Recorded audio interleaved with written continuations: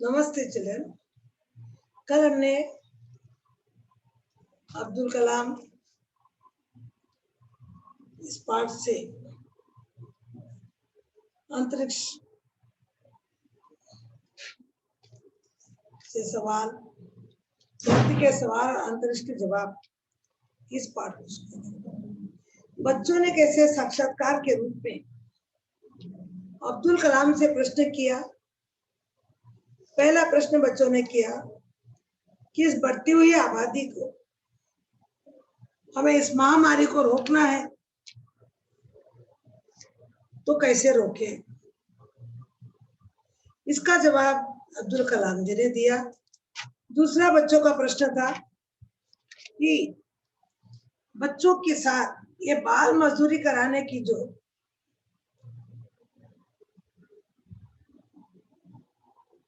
प्रथा चल रही है, या माता पिता अपनी पूर्ति के लिए जिस उम्र में बच्चों को पढ़ाना चाहिए उसमें पढ़ाने की बजाय उनको नौकरी में भेज रहे हैं, तो उसके लिए बच्चों ने इस समस्या को कैसे सुलझाना चाहिए, इसका भी जवाब अब्दुल कलाम जी से मांगा। उन्होंने उसके लिए ऐसी कई बातें बताई, लेकिन 3 बातें जिसके लिए हमें ये कार्य करना है कि बच्चा स्वयं पढ़ाई जारी रखने में रुचि दे। पहले तो बच्चे के अंदर रुचि होना, बच्चे में पढ़ने की रुचि नहीं है तो फिर क्या करेंगे।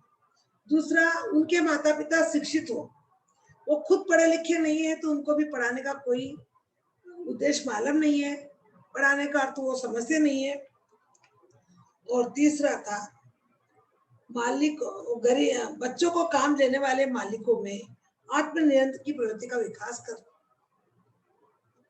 अगर इस तरह से बच्चों से काम लेने वाले जो लोग हैं, उनके लिए बच्चों को उन बच्चों को वो पहले अपने बच्चे जैसे ही समझे कि आज मेरा बच्चा पढ़ने के लिए जा रहा है तो ये भी किसी का बच्चा है। ये 3 बातें अगर अमल में लाए, 3 बातों पर विचार करें तो आज ये समस्या का सुलझाव हो सकता है। अब देखिए, बालकों ने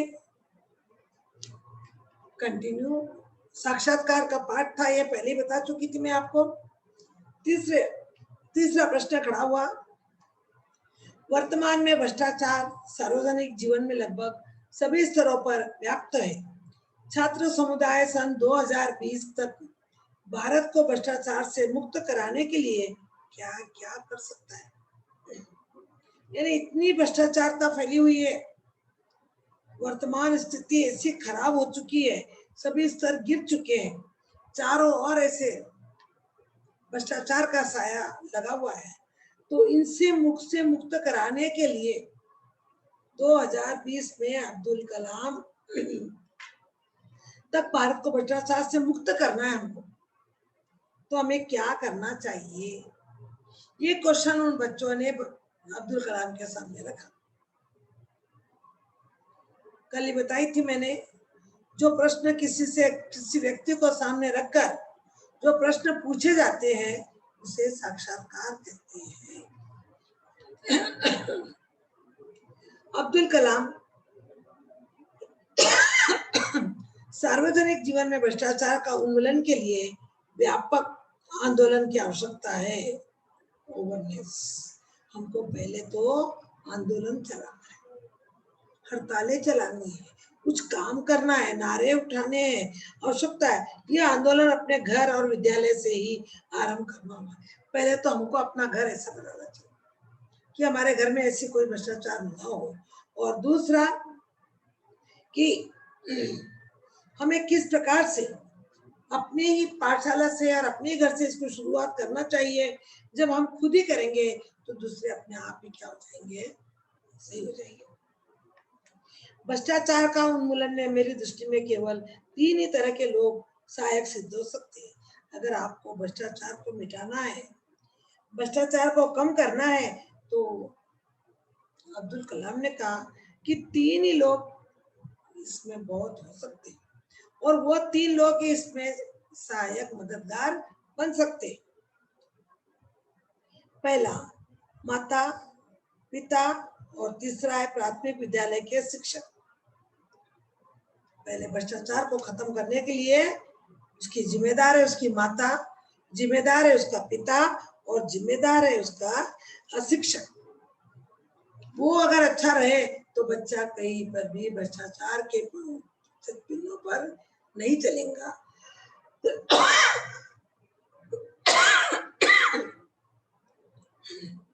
इसके बाद जीवन में शायद ही कोई उनको हिला पाए।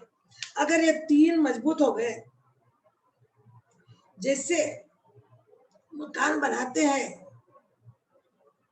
तो सबसे पहले किसके ऊपर ध्यान दिया जाता है? पिल्लर पर।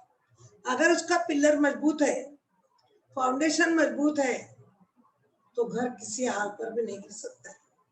नहीं तो घर तो बहुत ऊंचा बनाया, बहुत मजबूत बनाया, लेकिन उसका पिल्लर डगमगा रहा है तो एक दिन आपका घर भी जमीन पर आ जाएगा। इसीलिए ये तीन माता पिता और शिक्षक तीनों अगर अपनी जगह पर सही है तो उन बच्चों को कोई भी डिगा या हिला नहीं पाएगा। अतः हर घर में इस तरह के आंदोलन की आवश्यकता होती है। सार्वजनिक जीवन में भ्रष्टाचार को मिटा सके, आप सब यह संकल्प ले कि आप सदैव ईमानदार एवं भ्रष्टाचार मुक्त जीवन का निर्वाह करें। पहले उनको ये करना है। इसलिए कभी कभी कहते हैं कि बच्चों की पहली शिक्षा घर से शुरू होती है। कुछ लोग कहते हैं, कुछ पेरेंट्स कह देते हैं, कुछ पालक कह सकते हैं कि आपके स्कूल में आके बच्चे ने क्या सीखा। वही उल्टा अगर हम जवाब उसको पूछा है कि हमारे पास तो अब आया, पहले आपके पास से क्या सीखा है? क्योंकि पहली उनकी शिक्षा, उनकी विद्यालय, उनकी माता होती है, उनका घर होता है। इसी तरह से ये बताया यहाँ पर कि जीवन में अगर वे सदैव ईमानदार रहेंगे और संकल्प करें कि चाहे कैसा भी संकल्प यानी प्रण कि कैसा भी क्यों न आ जाए, लेकिन हमें इस भ्रष्टाचार के जीवन पर कदम नहीं रखना है। जीवन का निर्वाह करेंगे और दूसरों के लिए आदर्शवाद बनेगा। ऐसे काम करो। गांधी जी, नेहरू जी और अन्य कई लोग, लोकमान्य तिलक, बाल गंगाधर लोकमान्य तिलक, हमारी मदर टेरेसा, सरोजिनी नायडू, इंदिरा गांधी, चाहे कुछ भी हो जाए, अपने आदर्शों से वो हिली नहीं। इसीलिए आज उनका आदर्श भी आप बच्चों को दिया जाता है। तो हमें ऐसे आदर्शता को पात्र बनना चाहिए।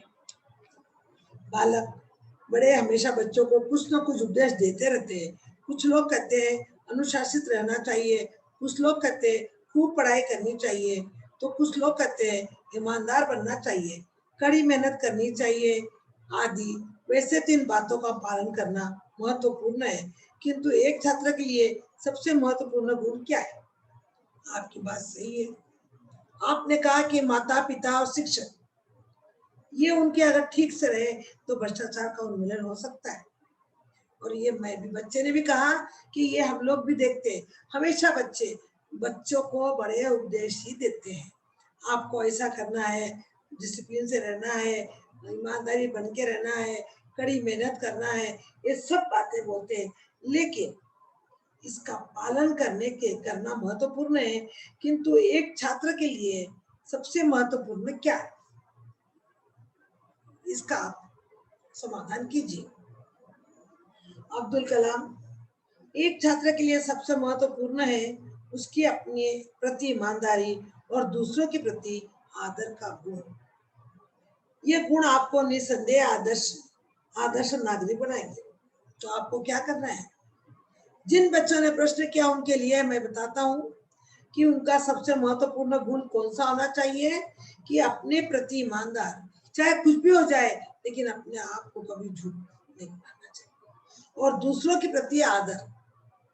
जो कोई भी हो, चाहे धनी आओ चाहे गरीब आओ, चाहे ज्ञानी आओ चाहे अज्ञानी आओ, सबके लिए सबके प्रति मन में एक ही प्रकार का आदर गुण चाहिए। ये गुण आपको निसंदेह आदर्श नागरिक बनाएगा। अगर ये गुण आप में है, अपने प्रति ईमानदारी और दूसरों के प्रति आदर, ये भाव आपके अंदर है तो निसंदेह यानी यकीनन बिना शंका के आप आदर्श नागरिक बन पाएंगे, जो अपने प्रति ईमानदार और दूसरों के प्रति आदर भाव को रखेगा वो निसंदेह जीवन में कामयाबी प्राप्त करेगा, एक अच्छा नागरिक बनेगा। ये दो चीजों का पालन। अब देखिए छात्र का फिर से क्वेश्चन, एक अंतिम प्रश्न। एक छात्र के रूप में, एक छात्र के होने के एक अंतिम प्रश्न, एक छात्र के रूप में मैं विकसित भारत के आपके सपनों को साकार करने की दिशा में क्या कर सकता हूँ? आप मुझे कि मैं एक छात्र के रूप में विकसित भारत, विकसित यानी ये विशाल भारत जो इतना अपना फैल चुका अपने गुणों के लिए, अच्छा के लिए भारत, सब कहते हैं all India is my brother and sister. Bharat के अंदर जो चीज है, जो अपनत्व है, वो और कहीं नहीं है। यहाँ सभी लोगों का मान है, सभी लोगों का सम्मान है, सभी को वेलकम है और सभी को अपना काम करने की अनुमति है। भारत के ऐसा देश, इसलिए आप लोग रोज बोलते हो कि all India is my brother and sister. I love my country. मैं अपने देश से बहुत प्यार करता हूँ और वो देश है मेरा भारत देश। तो बताइए कि इसके लिए, इसको विकसित भारत के लिए स्वप्न में साकार करने की दिशा में, और जो स्वप्न है लोगों की, हर माता पिता का स्वप्न होता है, हर देशवासी का स्वप्न होता है कि मेरा देश का बालक भविष्य में कुछ बने, मेरा लाल, मेरा बेटा भविष्य में कुछ बने। सभी एक आशा की किरण लेकर बैठे हुए रहते हैं। तो इस आशा को साकार करने के लिए, उनके सपने को पूर्ण करने की दिशा में मुझे क्या करना चाहिए या मैं क्या कर सकता हूँ? ये प्रश्न, अंतिम प्रश्न उस बच्चे ने अब्दुल कलाम से पूछा। एक छात्र, अब्दुल कलाम का आंसर, एक छात्र होने के नाते आप जिस कक्षा में भी पढ़ते हो उसमें आगे बढ़ने के लिए खूब परिश्रम करो। सबसे पहला तो जिस कक्षा में हो उससे और आगे बढ़ने का प्रयास करो, परिश्रम, मेहनत। अपने जीवन में पहले एक लक्ष्य बनाओ और अपना जीवन का एक लक्ष्य, एक ध्येय, एक आदर्श बनाओ। जब तक वो आपके जीवन में नहीं बनेगा तो आप कुछ नहीं करेंगे। फिर उसे प्राप्त करने की आवश्यक ज्ञान और अनुभव प्राप्त करो। जैसे आप लोग अभी सोचते हो हमारा 10th हो रहा है, अब हमें क्या करना है आगे, फिर डिग्री हो गई, डिग्री के बाद में हमको क्या करना है। कोई सोचता है मैं वकील बनूं, कोई सोचता है मैं डॉक्टर बनूं, कोई सोचता है मैं PhD करूं, कोई सोचता है मैं CA बनूं। लेकिन देखिए इस तरह से सिर्फ लक्ष्य बनाए, लक्ष्य बनाना जरूरी है, क्योंकि लक्ष्य बनाने के बाद ही हम उस निर्धारित लक्ष्य के ऊपर कदम बढ़ा सकते हैं। तो फिर उसे प्राप्त करने के लिए आवश्यक ज्ञान और अनुभव प्राप्त करें। अब जैसे हम, मुझे बनना है डॉक्टर, तो हमें उसी लाइन में जाना है, उसी का ज्ञान करना है, आवश्यक जानना है, अनुभव करना है। बाधाओं से लड़ते हुए उन पर विजय प्राप्त करें, और फिर जब मन में लगन है तो चाह अपने आप मिल जाती है। और कोई भी चाह, रास्ते को प्राप्त करने के लिए, किसी मंजिल को प्राप्त करने के लिए बाधाएं तो आएंगी। बाधा यानी मुसीबत, लेकिन उस मुसीबत को लड़ते हुए, मुसीबतों से लड़ते हुए, जूझते हुए अपना जीवन आगे बढ़ाओ तो जरूर एक न एक दिन तुम्हें कामयाबी प्राप्त होगी। अनुभव करो, बाधाओं से लड़ते हुए उन पर विजय प्राप्त करो। बाधा यानी मुसीबत, निरंतर प्रयत्नशील रहते हुए सबसे बढ़िया काम करने की और बढ़ते रहो, निरंतर, लगातार, बिना रुके। छोटी छोटी बात, बाधाओं से घबराओ मत। बाधाओं से जो घबरा गया वो कभी आगे नहीं बढ़ सकता, और जो बाधाओं को वो आगे ही बढ़ता रहा। साथ ही नैतिक मूल्यों को भी ग्रहण करो। नैतिक मूल्य यानी नीतिपूर्ण बातें, हमें क्या करना चाहिए, कैसे रहना चाहिए, जीवन में कौन सी बातें हमारे लिए हमको आगे बढ़ाने की प्रेरणा देती है। ये सभी नैतिक गुणों को, ये नैतिक मूल्यों को भी ग्रहण करें। छात्रों को हमेशा परिश्रमी बनने का प्रयास करना चाहिए। और छात्रों का काम क्या है कि लगातार उसको परिश्रम करके अपना जीवन करना चाहिए। छुट्टी के दिनों में छात्र गरीब और सुविधाओं से वंचित बच्चों को पढ़ाने का काम भी करें। और आपको कुछ बनना है, आपके भारत को विकसित करना है और आप सभी चीजों से समर्थ है। आपको किसी आर्थिक दृष्टि से भी, कपड़ों से भी, खान पान से भी किसी प्रकार की कोई कठिनाई नहीं है। तब आप उन लोगों के लिए जिनको आर्थिक दृष्टि से कठिनाई है, जिनको पढ़ाई में कमजोरी है, बुद्धि में, तो आप उन लोगों को पढ़ाइए, उन वंचित बच्चों को सुविधा से। क्योंकि गरीब बच्चे पढ़ना तो चाहते हैं लेकिन उनके पास फीस का अभाव है, कपड़े का अभाव है, पुस्तकों का अभाव है, इस कारण वो पढ़ना चाहकर भी नहीं पढ़ सकते। तो वैसे विद्यार्थियों को सुविधाओं से वंचित बच्चों को पढ़ाने का काम करें और इसे अपने जीवन में एक उद्देश्य के रूप में ले। ये सोच के कि मेरा जीवन का उद्देश्य यही है कि उन लोगों को, इनकी इच्छा तो बहुत है लेकिन वो पढ़ नहीं सक रहे क्योंकि उनके पास उतने पैसे नहीं है, वैसी सुविधा नहीं है। और अगर वो चाहता है तो भी अपने घर में अपनी माँ को या बहन को अकेले छोड़कर जा नहीं सकता है।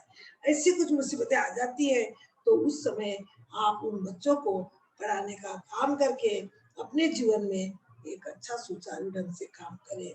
छात्र अधिक से अधिक पौधे लगाए। सब। और दूसरी बात, क्योंकि हमारे जीवन में पौधों का कितना महत्व है। सबसे बड़ी बात तो पर्यावरण में प्रदूषण नहीं करते, हरा भरा संसार, हरी भरी दुनिया, ये हमारे को, क्योंकि ये पेड़ पौधे हमको क्या देते हैं, ऑक्सीजन देते हैं। इसलिए हमको पेड़ पौधे लगाए, इससे पर्यावरण को संतुलित बने रहने में सहायता मिलती है। और कहते हैं जहाँ पेड़ है वहाँ का पर्यावरण बिल्कुल अच्छा रहता है, क्योंकि पेड़ पौधे ऑक्सीजन देते हैं और कार्बन डाइऑक्साइड ले लेते हैं और हमारे वातावरण को शुद्ध बनाते हैं। इसीलिए हमें हर एक बच्चों को, हर एक छात्रों को यह प्रण लेना चाहिए कि हम एक पौधा साल में जरूर लगाए। हमारे ये कार्य न केवल हमको बल्कि हमारे राष्ट्र को भी विकास और समृद्धि के पथ है। अगर बच्चों, आपको सिर्फ आपका ही विकास नहीं होगा इस कार्य से, आपका राष्ट्र का विकास होगा और समृद्धि के पथ पर आप आगे ही आगे बढ़ते रहो। जो स्वार्थी भाव से काम करेगा उसका जीवन में कोई भी नहीं, और जो निस्वार्थ भावना से काम करेगा उसका जीवन तो सुधरेगा और अन्य लोगों का भी जीवन फलीभूत होगा। इस प्रकार से अब्दुल कलाम जी से इस पाठ के अंदर कैसी बातें हुई देखिए। अब उसके आगे बड़ी मुश्किल से मुझे टेमिस थॉमस का साक्षात्कार करने का मौका मिला। अब उसके बाद में ये बच्चों ने उनसे बात किया और हम राष्ट्र में विकास होगी, अब होंगे कामयाब एपीजे अब्दुल कलाम। अब देखिए यहाँ पर टेसी थॉमस का साक्षात्कार करने का मौका मिला। किसका करा साक्षात्कार? टेसी थॉमस का। मैं सुबह सुबह ही हैदराबाद के डिफेंस क्वार्टर्स में स्थित उनके घर पहुंच गई। कौन? टेसी थॉमस। घर में देखा तो पुरस्कार और सम्मानों का भंडार पड़ा था। बच्चों ने अब तक उनसे साक्षात्कार किया। अब टेसी थॉमस गई जहाँ औरतें थे। घर में देखा तो पूरा सम्मानों के द्वारा मिला हुआ जो उनको गिफ्ट प्राइज पुरस्कार वो सब भरा हुआ था, किंतु इसमें विशेष था हाथी वाला स्मारक जो उन्हें उनके इंजीनियर की पढ़ाई में के समय कॉलेज की ओर से दिया गया। ऐसे और पूरा घर भरा हुआ था, लेकिन एक विशेष पुरस्कार हाथी वाला, जिसे देखकर हाथी वाला स्मारक जो उनको आश्चर्य लगा। तब उन्होंने बताया कि इंजीनियर की पढ़ाई के समय कॉलेज की ओर से मुझे ये दिया गया था। उनकी शिक्षा दीक्षा केरल स्थित अल्लप्पू भुजा में हुई थी, यहीं पर उनका जन्म हुआ। रक्षा, अनुसंधान और विज्ञान को पुरुषों का क्षेत्र माना जाता है, मगर टेसी जी ने अपनी मेहनत, लगन और दृढ़ निश्चय से इस क्षेत्र में मेहनत की। निरंतर श्रम से टेसी जी रक्षा अनुसंधान विकास गठन और डीआरडीओ के अग्नि कार्यक्रम की निर्देशक बनी। उन्होंने देश के किसी मिसाइल प्रोजेक्ट की पहली महिला प्रमुख बनने का गौरव प्राप्त किया। चलिए उन्हीं के बारे में हम अब जानते हैं। ये टेसी थॉमस कौन थी, उन्होंने कैसे कैसे सम्मान प्राप्त किए और कैसे उनको पढ़ाई में कैसी हुई, शिक्षा दीक्षा कैसी हुई, और उनके बारे में ये बात हमने जानी। अब देखिए, आप अपने आर्मिक जीवन के बारे में क्या बता सकती है? मैं यानी कौन? अब्दुल कलाम। उससे साक्षात्कार करने गए, उससे पूछने गए कुछ जीवन से संबंधित, उनकी उन्नति से संबंधित, कैसे आपको ऐसी सफलता मिली, कैसा आपका शुरुआत का जीवन कैसा था, बाद में आपने क्या किया, ये सभी के बारे में उसने जानकारी। टेसी जी, मुझे बचपन से कुछ अलग करने की चाह थी। मैं हमेशा यही सोचती कि दुनिया में जो नहीं हुआ वो मैं करूं। मैं अंतरिक्ष के सपने देखती थी।